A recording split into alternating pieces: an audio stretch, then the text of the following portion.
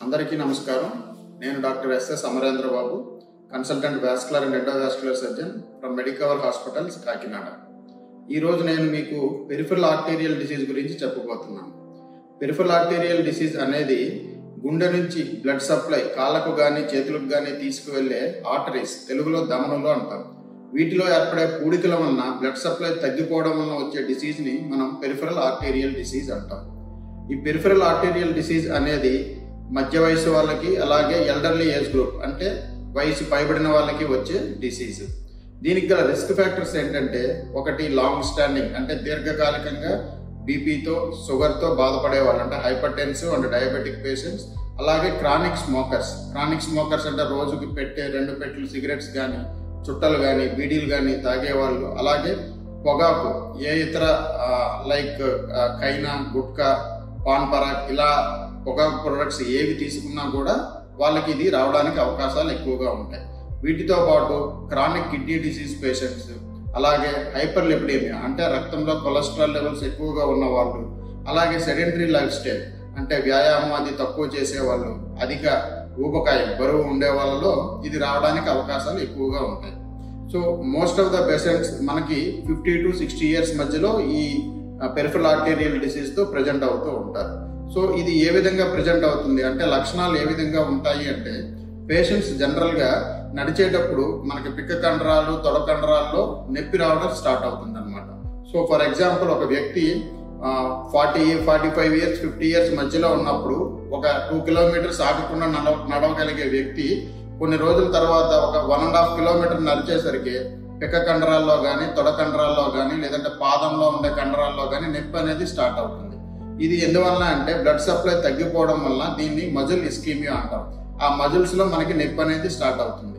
So ఆ వ్యక్తి ఒక 5 to 10 minutes, ఒక 1.5 kilometers నడిచిన తర్వాత ఆగి 5 to 10 minutes మళ్ళీ నడవడం స్టార్ట్ చేస్తాడన్నమాట. సో ఈ డిస్టెన్స్ అనేది, ఈ వ్యాధి ప్రోగ్రెస్ అయ్యే కొద్దీ ఈ డిస్టెన్స్ అనేది తగ్గుతూ వస్తుంది. అంటే ఇనీషియల్ గా 1.5 kilometers నడిచే వ్యక్తి ఒక 1 year కి 1 kilometer నడవగలుగుతాడు. 1 kilometer నడిచిన తర్వాత 5 to 10 minutes రెస్ట్ తీసుకోవాల్సిన అవసరం ఏర్పడుతుంది అనమాట. సో ఈలోగా ఏమవుతుందంటే, ఈ బ్లడ్ సప్లై వెళ్ళే ధమనుల పూడికల వలన, అంటే అది పాక్షికంగా కానీ పూర్తిగా మూసుకుపోవడం వలన కానీ ఈ మజిల్స్ కి కావాల్సినంత బ్లడ్ అనేది అందదన్నమాట. సో దానివల్ల ఏమవుతుందంటే, కొల్లేటరల్స్ అని అంటే చిన్న చిన్న శాఖలుగా ఈ బ్లడ్ సప్లై అనేది మజిల్స్ కి చేరుతుంది. కానీ అది ఈ వ్యాయామం చేసేటప్పుడు, నడిచేటప్పుడు కావాల్సినంత సరిపోక ఈ మజిల్స్ లో మనకి బ్లడ్ సప్లై అందక మజిల్స్ లో మనకి క్రాంప్స్ లాగా వచ్చి నొప్పి అనేది కలుగుతుంది అనమాట. సో ఇది గ్రాడ్యువల్ గా ఈ డిస్టెన్స్ అనేది తగ్గుతూ వస్తుంది. ఫర్ ఎగ్జాంపుల్, 1.5 kilometers నడిచే వ్యక్తి తర్వాత 1 kilometer నడవగానే ఈ నొప్పి స్టార్ట్ అవుతుంది. తర్వాత 1/2 kilometer కి నొప్పి స్టార్ట్ అవుతుంది. తర్వాత 300 meters, 100 meters, ఈవెన్ తన డైలీ పనులు చేసుకోవడానికి అంటే వాష్రూమ్ కి వెళ్ళడానికి కూడా పేషెంట్ ఇబ్బంది పడే స్టేజ్ కి ఈ పెరిఫెరల్ ఆర్టీరియల్ డిసీజ్ అనేది చేరుకుంటుంది అనమాట. దీనికి మెయిన్ గా రీజన్ ఏంటంటే మజిల్ ఇస్కీమియా. మజిల్స్ కి కావాల్సినంత బ్లడ్ సప్లై అనేది కొల్లేటరల్స్ అంటే పేటెంట్ గా ఉన్న బ్లడ్ వెజల్ నుంచి చిన్న చిన్న బ్లడ్ వెజల్స్ ఫామ్ అయినా కూడా కావాల్సినంత బ్లడ్ అనేది అందదన్నమాట. దానివల్ల ఈ మజిల్ ఇస్కీమియా వల్ల ఈ పెయిన్ అనేది వస్తుంది. నెక్స్ట్ స్టేజ్ లో, ఇంకా అడ్వాన్స్డ్ స్టేజ్ లో ఏమవుతుందంటే, పేషెంట్ నడవకుండా ఉన్నా, పేషెంట్ ఏ పని చేయకుండా ఉన్నా కూడా రెస్ట్ పెయిన్ అంటాం. ఫర్ ఎగ్జాంపుల్, నడవడం అనేది కాళ్ళకు సంబంధించి, అలాగే చేతులకు సంబంధించి మనం పనులు చేస్తున్నప్పుడు ఈ క్లాడికేషన్ ఎలా స్టార్ట్ అవుతుందంటే, ఒక గంటన్నర పని చేసే పేషెంట్ గ్రాడ్యువల్ గా ఆ టైం తగ్గిపోతూ ఉంటుంది. చేతులతో పని చేయలేడు. 1/2 hour చేసేసరికి నొప్పి స్టార్ట్ అవుతుంది, 20 minutes చేసేసరికి నొప్పి స్టార్ట్ అవుతుంది, 10 minutes చేసేసరికి నొప్పి స్టార్ట్ అవుతుంది. అలాగే రెస్ట్కి వచ్చేసి రెస్ట్ లో ఉన్నప్పుడు కూడా నొప్పి స్టార్ట్ అయితే దాన్ని రెస్ట్ పెయిన్ అంటాం. అది కాళ్ళలో కానీ చేతుల్లో కానీ. జనరల్ గా డిస్టల్ మోస్ట్ పార్ట్ అంటే పాదంలో, కాళ్ళలో, అలాగే అరచేతిలో, చేతిలో ఈ నొప్పి అనేది స్టార్ట్ అవుతుంది. రెస్ట్ పెయిన్ అంటాం. ఈ రెస్ట్ పెయిన్ గల కారణం ఏంటంటే నర్వ్ ఇస్కీమియా. అంటే మనం నరాలు అంటే బ్లడ్ వెజల్స్ అంటాం తెలుగులో, కానీ నరాలు అంటే న్యూరాన్స్ తో ఉన్న నరాలు, బ్లడ్ వెజల్స్ అనేవి రక్తనాళాలు. ఈ నరాలకు కూడా బ్లడ్ సప్లై వెళ్తుంది. ఈ నరాలకు బ్లడ్ సప్లై తగ్గిపోవడం వలన మనకి నర్వ్ ఇస్కీమియా అనేది వస్తుంది. సో మొదట క్లాడికేషన్ మెయిన్ గా ఎందువల్ల అంటే మజిల్ ఇస్కీమియా వలన, రెండోది రెస్ట్ పెయిన్ దేని వలన అంటే నర్వ్ ఇస్కీమియా వలన. సో ఈ రెస్ట్ పెయిన్ అనేది అడ్వాన్స్డ్ స్టేజ్ అనమాట. దీని తర్వాత నెక్స్ట్ స్టేజ్ ఏంటంటే గ్యాంగ్రీన్ ఫామ్ అవ్వడం. గ్యాంగ్రీన్ అంటే బ్లడ్ సప్లై లేకపోవడం వలన అక్కడ ఉన్న ఆ పార్ట్ తాలూకా కణాలన్నీ కూడా చనిపోయి బ్లాక్ కలర్ లో అవడాన్ని గ్యాంగ్రీన్ అంటాం. సో గ్యాంగ్రీన్ అయింది అంటే ఆ కణాలన్నీ చనిపోయాయి అని అర్థం. దానిని మనం తొలగించాల్సిందే తప్పించి దానికి మళ్ళీ జీవాన్ని మళ్ళీ పోయలేము. సో ఈ పేషెంట్స్ లో ఏంటంటే ఫస్ట్ క్లాడికేషన్ తో ప్రజెంట్ అయిన వాళ్ళు తర్వాత రెస్ట్ పెయిన్ లోకి ల్యాండ్ అవుతారు. ఆ తర్వాత ఈ గ్యాంగ్రీన్ అనేది చేతి వేళ్లలో కానీ కాళ్ళు వేళ్లలో కానీ స్టార్ట్ అవుతుంది అనమాట. సో ఇవి పేషెంట్ లో మనకు కనిపించే లక్షణాలు. సో ఇప్పుడు మనకు పేషెంట్స్ వచ్చినప్పుడు మనకి సిటీ యాంజియోగ్రామ్ అనేది చేయించడం ద్వారా పూడికలు ఎక్కడెక్కడ ఉన్నాయి, ఎంత మేరకు ఉన్నాయి, ఆ పూడిక పాక్షికంగా ఉందా లేదంటే పూర్తిగా ఉందా అనేది చూస్తాం. ఈ బ్లడ్ వెజల్స్ అనేవి మనకి వాటర్ సప్లై చేసే మన పైప్ లైన్స్ లాగా అన్నమాట. ఇప్పుడు పైప్ లైన్స్ లో పూడిక ఎలా అయితే ఏర్పడితే బ్లడ్ సప్లై అనేది తగ్గిపోద్దో అలాగే వీటిలో కూడా పూడిక వలన డిస్టల్ మోస్ట్ పార్ట్స్ అంటే ఆ బ్లడ్ ఎక్కడికైతే తీసుకెళ్లాలో ఆ పార్ట్కి రక్త సరఫరా నిలిచిపోవడం వలన మనకి ఇబ్బందులన్నీ స్టార్ట్ అవుతాయి. సో ఈ సిటీ యాంజియోగ్రామ్ లో మనం ఎక్కడి నుంచి ఎక్కడి వరకు బ్లడ్ సప్లై బాగుంది, ఎక్కడి నుంచి ఈ పూడికలు ఏర్పడి మూసుకుపోయాయి అనేది ఒక అవగాహనకు వచ్చిన తర్వాత మన ఎయిమ్ ఏంటంటే బ్లడ్ సప్లైని ఇంప్రూవ్ చేయడం. డిస్టల్ మోస్ట్ పార్ట్స్ కి బ్లడ్ సప్లై ఎక్కడైతే ఆగిపోయిందో వాటికి ఇంప్రూవ్ చేయడం. దీన్ని రెండు విధాలుగా చేయవచ్చు. ఒకటి ఏంటంటే ఎండోవాస్కులర్ పద్ధతి, రెండవది ఓపెన్ సర్జికల్ పద్ధతి. ఈ ఎండోవాస్కులర్ పద్ధతి ఉపయోగం ఏంటంటే ఏ విధమైన మత్తు ఇవ్వకుండా అంటే పెద్ద మత్తు అంటే జనరల్ అనస్థీషియా కానీ స్పైనల్ అనస్థీషియా కానీ ఇవ్వక్కర్ లేకుండా చిన్న ఇంజెక్షన్ లోకల్ అనస్థీషియాలోనే పేషెంట్ తెలివిగానే ఉంటుండగానే ఈ ప్రొసీజర్ని మనం చేయొచ్చు అనమాట.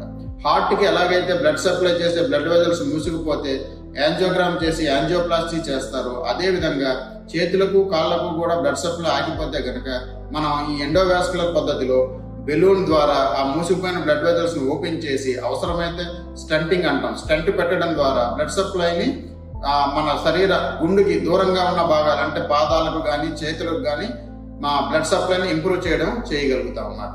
దీని అడ్వాంటేజ్ ఏంటంటే లోకల్ అనస్థీషియాలో చేయడం, అలాగే ఎక్కువ కాలం పేషెంట్ ఇన్ పేషెంట్ కింద మనకి హాస్పిటల్లో ఉండాల్సిన అవసరం లేదు. ఎందుకంటే ఇది చిన్న రంధ్రం ద్వారా అయిపోయే ఆపరేషన్ కాబట్టి కోత కుట్లు అనేవి ఉండవు కాబట్టి మోస్ట్లీ ఇది డే కేర్ ప్రొసీజర్ లేదా 1 డే మన హాస్పిటల్లో అబ్జర్వేషన్ లో ఉంచి డిశ్చార్జ్ చేస్తాం.